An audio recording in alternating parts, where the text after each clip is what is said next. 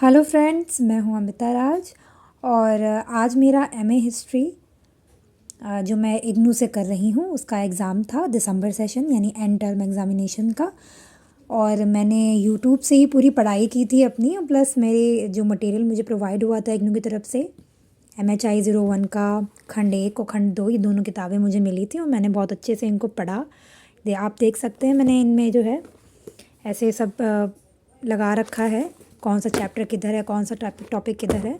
तो मैंने इनको अच्छे से पढ़ा, प्लस मैंने यूट्यूब से भी बहुत अच्छे से पढ़ाई करी। मैंने सारी चीज़ें समझी क्योंकि मेरे पास कम वक्त था, मेरे जल्दी ही अभी LLB के एग्ज़ाम्स भी थे। तो मैं ये वीडियो इसलिए बना रही हूँ कि आप अगर चाहें तो यूट्यूब का बहुत अच्छे से उपयोग कर सकते हैं बिना किसी डिस्ट्रैक्शन के। तो 2 यूट्यूब चैनल ने मेरा बहुत ही सपोर्ट किया है, मैंने उनसे बहुत अच्छे से पढ़ा है। तो उनका मैं आपको डिस्क्रिप्शन में लिंक दे दूँगी। प्लस मैं अभी आपको ये क्वेश्चन पेपर दिखा रही हूँ, शायद काफ़ी लोगों को भी मिल भी गया हो, आप ऑनलाइन चेक कर रहे होंगे, काफ़ी लोगों ने वीडियो डाल दी होगी। तो ये है 2022 दिसंबर एंड टर्म का पेपर। ये पहले इंग्लिश में है इस तरह से, उसके बाद ये हिंदी में। तो हमेशा की तरह 100 नंबर का क्वेश्चन पेपर होता है, 3 घंटे आपको मिलते हैं और प्लस ये 5 प्रश्न आपको करने होते हैं। और सबसे अच्छी बात कि आपको 500 शब्दों में लिमिटेड और क्वालिटेटिव लिखना पड़ता है। तो ये बहुत अच्छा मुझे लगा, क्योंकि लोग समझते हैं हिस्ट्री है तो भाई भर दो, ऐसा नहीं होता है। आपको क्वालिटी बहुत मायने रखती है इसमें, एकदम टू द पॉइंट चीज़ें लिखनी होती है और कम से कम हर एक भाग से 2 प्रश्न आपको अटेम्प्ट करने ही होते हैं। आप 1 से 3, 1 से 2 कर सकते हैं। सभी प्रश्नों के अंक समान होते हैं इसमें। तो फिर मैंने जो है अपना अच्छे से एग्ज़ाम दिया और लकीली मैंने जो जो पढ़ा था सब कुछ आया। मैंने बहुत अच्छे से एग्ज़ाम दिया है, मेरा बहुत बढ़िया पेपर गया है। पहला क्वेश्चन, जैसा कि ई नप चैनल है एक, उसमें एक सर पढ़ाते हैं, बहुत अच्छा पढ़ाते हैं, वो खुद एमए हिस्ट्री कर भी रहे हैं। तो उन्होंने मुझे बहुत अच्छे से, मतलब मैंने उनकी वीडियोस देखी और नोट्स बनाए तो बहुत अच्छे से मुझे उनका समझ में आया। पहला क्वेश्चन था, पुरापाषाण काल से नवपाषाण काल में औजार बनाने की तकनीक में आए परिवर्तनों की चर्चा कीजिए। ये 20 नंबर का क्वेश्चन था। और मतलब बहुत अच्छे से मैंने 2 पार्ट्स करे, एक तरफ पुरापाषाण के औजार के बारे में बताया, एक बार नवपाषाण वाला। बहुत अच्छे से मैंने इंट्रो करा, परिचय लिखा, परिचय के बाद मैंने बताया औजार किसे हम कहते हैं। और बहुत अच्छे से मैंने इन दोनों चीज़ों को बताया। पुरापाषाण में कम नुकीले होते थे, धारदार भारी होते थे, और नवपाषाण में आते आते हुए एक तरफ से जो है धारदार हो गए और हल्के हो गए, इजी टू यूज़ हो गए। तो ये क्वेश्चन मैंने अच्छे से किया। उसके बाद दूसरा मैंने प्रश्न किया है, कांस्य युगीन समाज में व्यापार के पैटर्न की चर्चा। तो मैंने बहुत अच्छे से ये भी क्वेश्चन करा कि कैसे जो है व्यापार में बढ़ोतरी हुई। कांस्य युगीन सभ्यताएँ जो 3 हैं, पहली मिस्र, दूसरी है मेसोपोटामिया, और थर्ड जो है वो है चीन की शांग वंश जो था वो। तो इन तीनों के बारे में मैंने अच्छे से बताया, कैसे व्यापार करते थे, कैसे बढ़ोतरी हुई, ये सारा मैंने बताया। उसके बाद इसी सेक्शन से मैंने एक और क्वेश्चन अटेम्प्ट किया, वो है रोमन साम्राज्य में ईसाई धर्म के प्रसार का वर्णन कीजिए। बहुत ही अच्छा टॉपिक था, बहुत अच्छे से मैंने ये प्रश्न किया। सबसे पहले मैंने बताया रोम में ईसाई धर्म से पहले क्या क्या, मतलब ऐसी क्या सिनेरियो था कि वहाँ पर ये धर्म इतना ज़्यादा प्रसार में आया। कैसे वो अपने बृहस्पति और मंगल देवताओं का पूजा करते थे, और अपने जो साम्राज्य के जो पुराने ख़त्म हो चुके राजा होते थे उनको पूछते थे। बाद में और बाकी जो कितने भी कृषक थे, दास थे, उनको काफ़ी सप्रेस किया जाता था। और बाद में जब ईसाई धर्म आया तो उसकी छत्र छाया के नीचे अभिजात वर्ग हो, कृषक वर्ग हो या दास वर्ग हो, उन सबको एक समान रूप से देखा गया। यही मेन जो प्लॉट था वो बहुत प्रचलित हुआ और ईसाई धर्म का रोमन साम्राज्य में प्रसार हुआ। तो ये भी मैंने बहुत अच्छे समझाया। उसके बाद शॉर्ट वाला मैंने नहीं किया था, आई होप कर सकती थी, लेकिन मुझे लॉन्ग वाले बहुत अच्छे लगे तो मैंने वही किए। उसके बाद दूसरे खंड से मैंने करा, सामंतवाद के 2 चरणों में किस प्रकार उत्पादन के संगठन में परिवर्तन आए। तो मैंने बहुत अच्छे से क्वेश्चन पढ़ रखा था।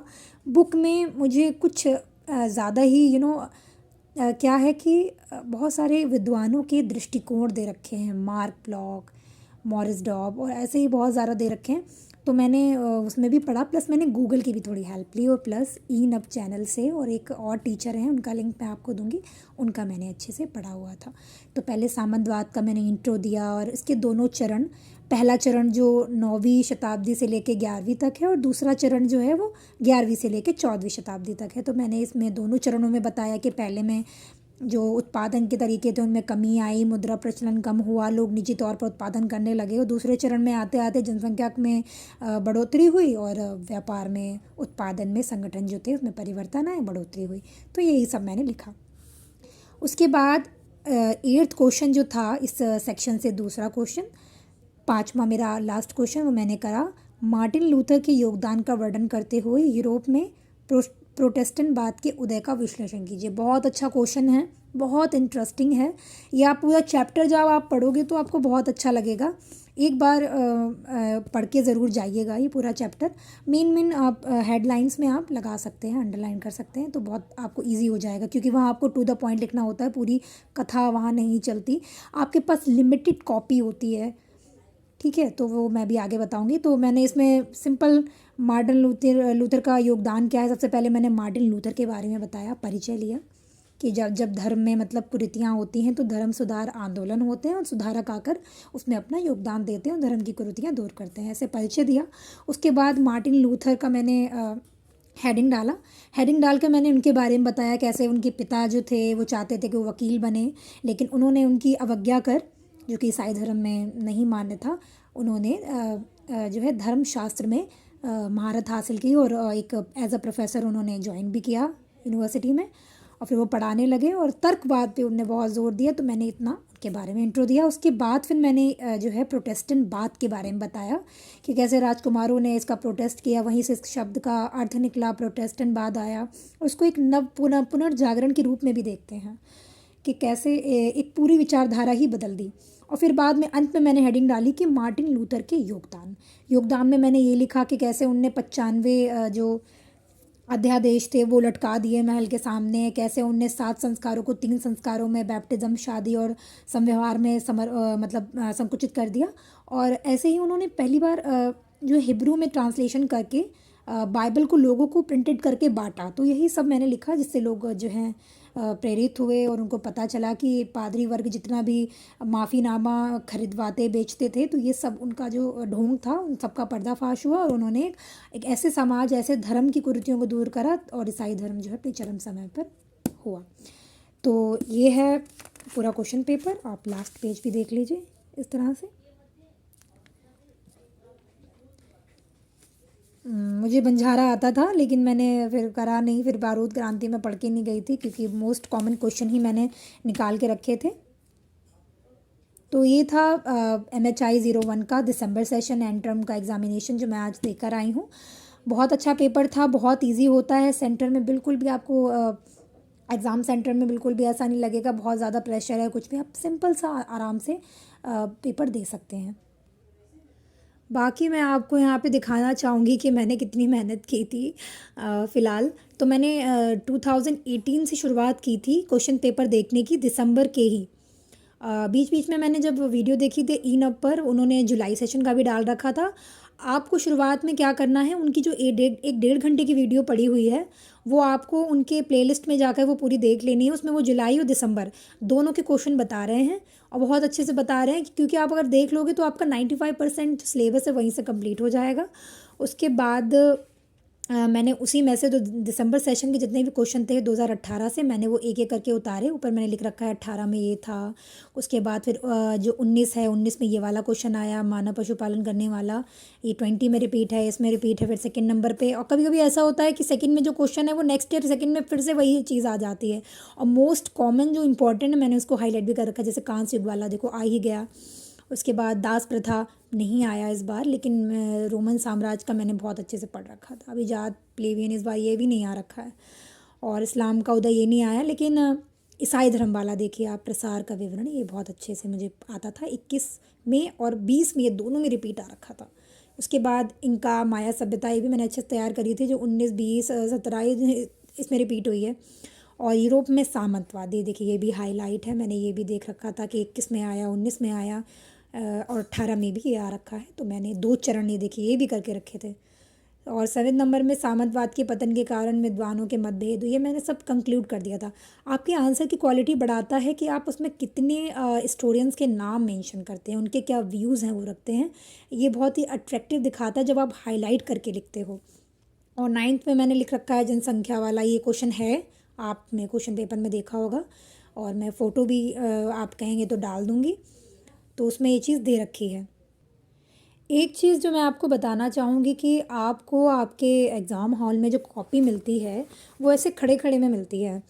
बाकी जगहों पे आपको इस तरह से कॉपी मिल सकती है, लेकिन आपको कॉपी वहाँ पे ऐसे मिलेगी। और प्लीज़ मैं आपको फिर से एक बार बता दूँ, मेरा जो खुद का एक्सपीरियंस है, पन्ने मैंने इतने पतले और इतने मतलब हल्के नहीं देखे थे। वहाँ पे पन्ने की क्वालिटी बहुत मतलब लो थी कि अगर आप हल्का गड़ा कर लिखेंगे तो पन्ना फटने सा हो रहा था। इसीलिए मैं आपको सजेशन दूंगी कि आप जेल पेन बिल्कुल भी यूज़ ना करें, आप डॉट वॉल पेन से लिखें और वो काफ़ी सही रहेगा। और किसी अदर पेन का यूज़ ना करें। और आपको उसमें कुल 28 होते हैं, जिसमें से 2 और निकल जाते हैं, तो आपके पास 24 या 26 ही पेज बचते हैं। तो आप बहुत ही लिमिटेड लिखें।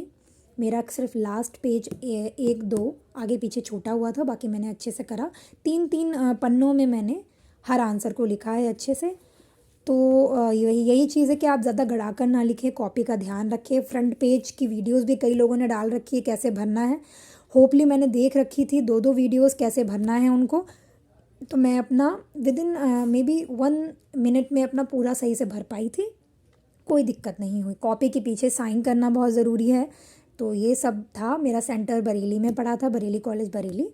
और बहुत अच्छे से हुआ, कोई इशू नहीं आया। तो ऑल द वेरी बेस्ट जो भी नेक्स्ट ईयर या फिर जून सेशन में एग्ज़ाम देने वाले हैं, उनको यही कहूँगी कि पढ़ना तो पड़ता ही है।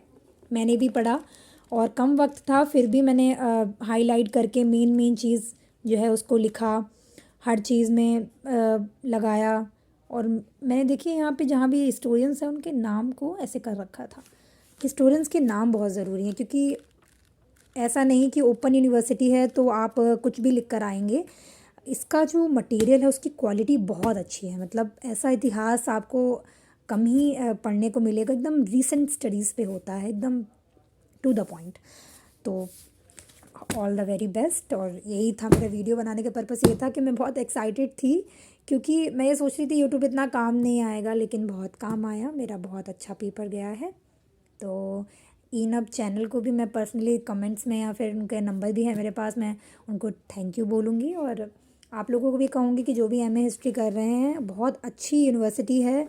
और अगर आप सेल्फ स्टडी करके घर पे पेपर अच्छे से कर सकते हैं तो इससे अच्छी कोई बात नहीं है। रेगुलर बच्चे भी उतना अच्छा नहीं कर पाते जितना आप इन किताबों को पढ़ के घर में ही बैठ के बहुत अच्छे से कर लेंगे।